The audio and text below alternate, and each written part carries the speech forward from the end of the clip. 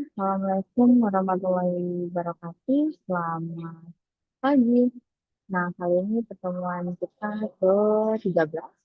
Nah, materi kita pada mata kuliah mikroekonomi yang tentang Ampuni itu Sari, FMSI, itu saya sendiri.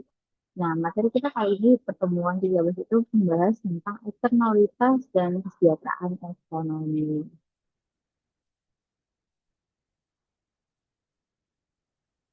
Oke, masih sama sini pembahasan saya berkaitan dengan bagaimana kontak pada perguruan kita, penilaian saya itu juga individual, dan tentang si kelompok, itulah minum mineral dulu. IPS, dan IWAS. Nah, tugas individu itu, jadi kalau yang belum mengerjakan tugas individu saya, presentasi kelompok, atau presentasi yang saya buat dalam materi yang sudah saya kembangkan, nah, itu dapat dikerjakan yang segera dikirim. Kan karena itu merupakan penilaian tugas individu 20% loh. Lalu presentasi kelompoknya 50%, sedikasnya 15%, nah UTS tadi 20%, dan UAS itu 30%. Nah, bagaimana bentuk daripada pembelajaran ini tujuannya yang sama untuk menganalisis daripada konsep ekonomi dalam pengambilan keputusan baik secara organisasi, pemerintahan, individu, dan inilah untuk menentukan daripada keputusan dari kebiasaannya masyarakat sendiri. Sama seperti mata kuliah kita kali ini. Lalu apa? Tujuan pembelajarannya itu untuk menganalisis materi-materi mikroekonomi, isu-isu ekonomi, lalu pemahaman konseptual dari ujian-ujian yang saya kasih, yang itu ada di dalam materi-materi dan modul ajar. Itu adalah setiap pertemuan di mana itu membahas tentang soal-soal studi dan lain yang itu wajib kamu kerjakan. Nah, masih sama sih sama daripada buku yang saya gunakan itu boleh thank you kalau kamu misalnya sudah mendapatkan ya Bu untuk itu sekarang udah gak perlu susah lagi karena di Shopee itu sudah banyak jual buku mikro baik itu mikro dari Cimencu kalau kamu punya Sadona Steno itu juga dibolehkan terus ada Samuel tentang ekonomi juga ada lalu ada punya si Robert ini ekonomi lalu buku tambahannya itu berupa teknik mikroekonomi yang lain dari Prince Parkin, dari Varian, dari situnya Pascal, atau nah jurnal-jurnal internasionalnya itu atau jurnal nasionalnya dapat lihat dari jurnal-jurnal ekonomi dapat kamu Google sendiri lah di dalam Google ya kan. Sekarang udah mudah udah punya AI dan lain-lain untuk mudah mencari pada materi-materi bahan ajar yang saya kasih. Nah, itu saya mereview tentang pertemuan 12 kan. Di dalam pertemuan 12 itu membahas bagaimana pasar faktor produksi itu punya peran penting dalam perekonomian. Jadi, bagaimana pemahaman yang baik tentang dinamika pasarnya, lalu efisiensinya dalam kegiatan produksi seperti itu. Nah, eh, apa lagi ini sebelum saya masuk ke pertemuan 13. Nah, apa faktor memperproduksi? Nah, faktor produksi itu yang seperti saya bilang kalau persamaannya kecil sama dengan F fungsi daripada K L F T di mana K-nya itu adalah kapital, L-nya itu adalah labor, T-nya itu adalah teknologi, lalu R-nya itu adalah research. Nah, itu sumber dayanya. Jadi bahan bakunya, sewa tanahnya, semuanya itu merupakan daripada si research itu sendiri. Nah, lalu bagaimana eksternalitas dan kesejahteraan ekonomi? Nah, eksternalitas itu dia daripada aspek atau dampak daripada tindakan ekonomi itu sendiri yang tidak dapat dicerminkan dalam harga pasar. Nah, jadi eksternalitas itu punya dampak positif maupun negatif pada kesejahteraan masyarakat atau kesejahteraan ekonomi dalam perekonomian. Nah, seperti itu. Jadi apa itu eksternalitas? Eksternalitas itu merupakan aspek daripada suatu aktivitas ekonomi yang terjadi dari pihak ketiga yang tidak terlibat langsung dalam aktivitas tersebut. Nah, lalu eksternalitas itu tidak ditanggung. Nah, jadi efek dari yang dipertimbangkan dalam harga pasar itu tidak dicerminkan dalam biaya produksi. Nah, ataupun keuntungan dari aktivitas-aktivitas ekonomi. Nah, lalu positif dan negatif itu maksudnya apa? Jadi eksternalitas itu punya pengaruh yang positif maupun negatif. Nah, kalau dia bersifat positif, jadi dia itu memberikan manfaat pada pihak ketiga. Nah, kalau dia punya eh, hubungan negatif, nah itu merupakan kerugian daripada si perusahaan itu sendiri terhadap ekonomi seperti itu.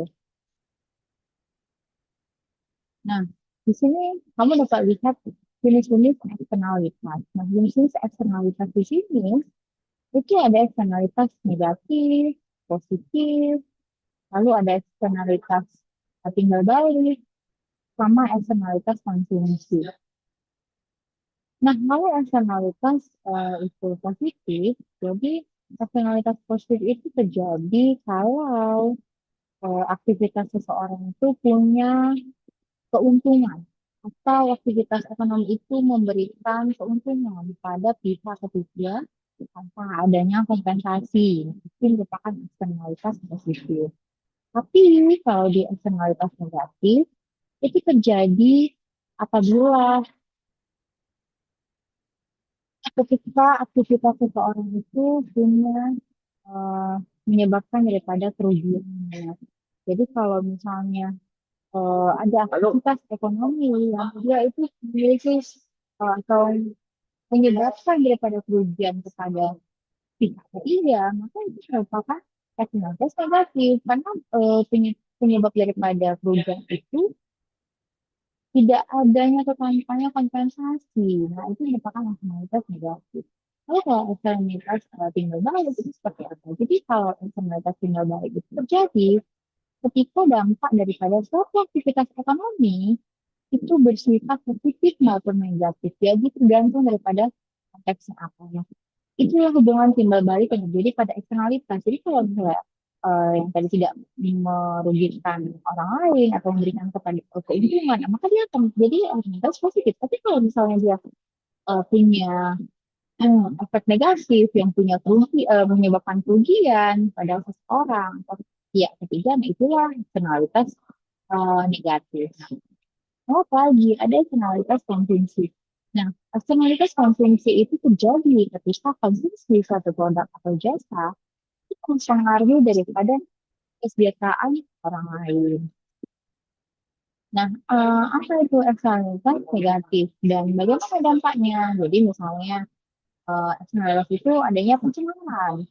Nah, eksternalitas negatif itu dapat menyebabkan polusi udara, air, tanah yang merugikan daripada secara langsung lingkungan. Nah, jadi kalau perusahaan itu bangun satu perusahaan, tapi dia menyebabkan pencemaran, baik itu pencemaran udara, pencemaran air, pencemaran tanah, yang bisa merusak daripada kesehatan lingkungan masyarakat sekitar, itu yang merupakan eksternalitas negatif. Jadi, lalu apa lagi?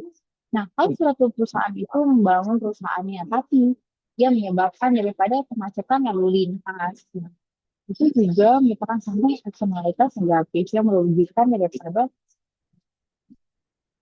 kerugian si pengguna jalan atau apa namanya masyarakat masyarakat sekitar yang mengganggu ekonomi di lingkungan tersebut. Lalu apalagi kebisingan. Itu kebisingan itu kan merupakan eksternalitas negatif dari satu perusahaan. Nah, apa yang polusi udara? Ya kan kebisingan dari pada aktivitas industri, konstruksi, lalu lintas yang dapat melakukan ketenangan dan kesehatan masyarakat. Nah, jadi lingkungan tempat saya tinggal itu saya tinggal di daerah Jawa. Nah, sebelum lewat sebelum ke Bawang itu kan dekat dengan perusahaan PT Kim, ya kan, kawasan industri Medan. Nah, di Kim itu banyak perusahaan sekali. Nah, bahkan di lingkungan Jalan Wisaya Sudarso itu juga banyak perusahaan. Nah, ada satu perusahaan yang pernah bahkan itu di jadi demo oleh masyarakat kan apa kan masyarakat itu merasa dirugikan. Nah, aktivitas daripada produksi mereka itu yang menyebabkan daripada aktivitas yang negatif. Jadi betul merupakan aktivitas. Kalau mereka merasa jadinya polusi udara ya kan polusi suara, apa kebisingan yang terjadi di situ dari akibat daripada aktivitas di industri itu sendiri seperti itu. Itulah dampak daripada eksternalitas negatif. Lalu kerugian ekonomi misalnya, dengan adanya perusahaan itu juga menyebabkan penurunan produktivitas, hilangnya sumber daya, dan peningkatan biaya kesehatan. Jadi kenapa misalnya menurunkan produktivitas? Nah, masyarakat itu merasa terganggu dengan hal ini itu. Nah, hilangnya sumber daya manusia. Ya karena terjadinya polusi tanah, polusi air, dan memang mungkin masyarakat sekitar itu gunakan eh, tanah itu untuk misalnya proses perkebunan, pertanian, dan lain-lain. Nah, peningkatan biaya kesehatan. Jadi, nggak ada yang pembangunan perusahaan itu di perusahaan itu, tapi menyebabkan polusi udara, sehingga apa tadi masyarakat tadi mereka sering kali apa namanya gangguan kesehatan, misalnya batuk, sakit dan lain-lain yang memang itu menyebabkan daripada si aktivitas si perusahaan tadi seperti itu. Nah, lalu eksternalitas positif dan bagaimana dampaknya? Kalau dia eksternalitas positif dan dampaknya itu meningkatkan atau peningkatan produktivitas di lingkungan kita. Jadi, eksternalitas positif itu dapat meningkatkan produktivitas dalam berbagai bidang industri, pertanian, pendidikan, dan lain-lain. Lalu, ada yang kesejahteraan masyarakat. Jadi, eksternalitas positif tadi meningkatkan kesejahteraan masyarakatnya dengan meningkatkan kualitas hidup, kesehatan, dan akses terhadap sumber daya. Jadi bagaimana dengan pertumbuhan ekonomi? Nah, aktivitas positif tadi itu mendorong daripada pertumbuhan ekonomi dengan menciptakan peluang bisnis baru, meningkatkan efisiensi dan meningkatkan inflasi. Jadi misalnya ada perusahaan itu masyarakat tadi bisa misalnya berjualan makanan di situ.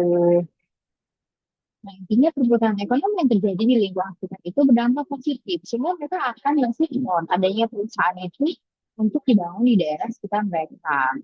Nah, pendidikan mereka pun seperti akses jalan mereka itu tidak terganggu, seperti itu kesehatan mereka itu terjaga, kualitas hidup mereka itu terjaga, dan itu juga merupakan sangat positif. Nah, bagaimana eksternalitas tadi mempengaruhi kesejahteraan ekonomi? Nah, eh, eksternalitas itu dapat mempengaruhi kesejahteraan ekonomi melalui dampak positif ataupun negatif. Ya, jadi pertama itu efisiensi. Nah, pembangunan perusahaan itu eksternalitas negatif itu dapat menyebabkan masa tadi beroperasi di luar tingkat yang efisien. Lalu ekuitas. Nah, eksternalitas tadi dapat menyebabkan distribusi manfaat dan biaya yang tidak adil. Lalu senjata. Nah, eksternalitas positif tadi dapat meningkatkan kesejahteraan masyarakat dan seluruh pokoknya punya polusi udara dari pabrik dapat menurunkan daripada kualitas hidup masyarakat sekitar. Gitu. Nah, bagaimana peran daripada pemerintah dalam menangani eksternalitas? Pertama, pemerintah itu menetapkan standar emisi karbon, batas emisi dan regulasi lain. Peran ini membantu mengurangi efek negatif dari eksternalitas. Nah, halnya seperti ekonomi hijau, ya kan? Jadi perusahaan itu sekarang pemerintah itu buat kebijakan ekonomi hijau. Nah, ekonomi hijau itu untuk apa diberikan? Nah, jadi ada namanya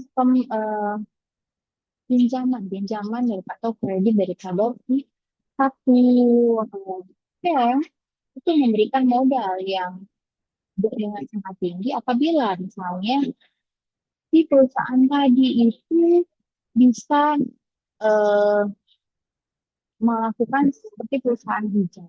Jadi segala aktivitas industrinya itu dilakukan dengan hijau. Misalnya mereka itu menjaga eh, polusi udara, polusi air, polusi tanah, dan lain-lain. Lalu apa lagi? Pajak dan subsidi. Pajak dan subsidi itu dikarenakan pada kegiatan penghapusan eksternalitas negatif.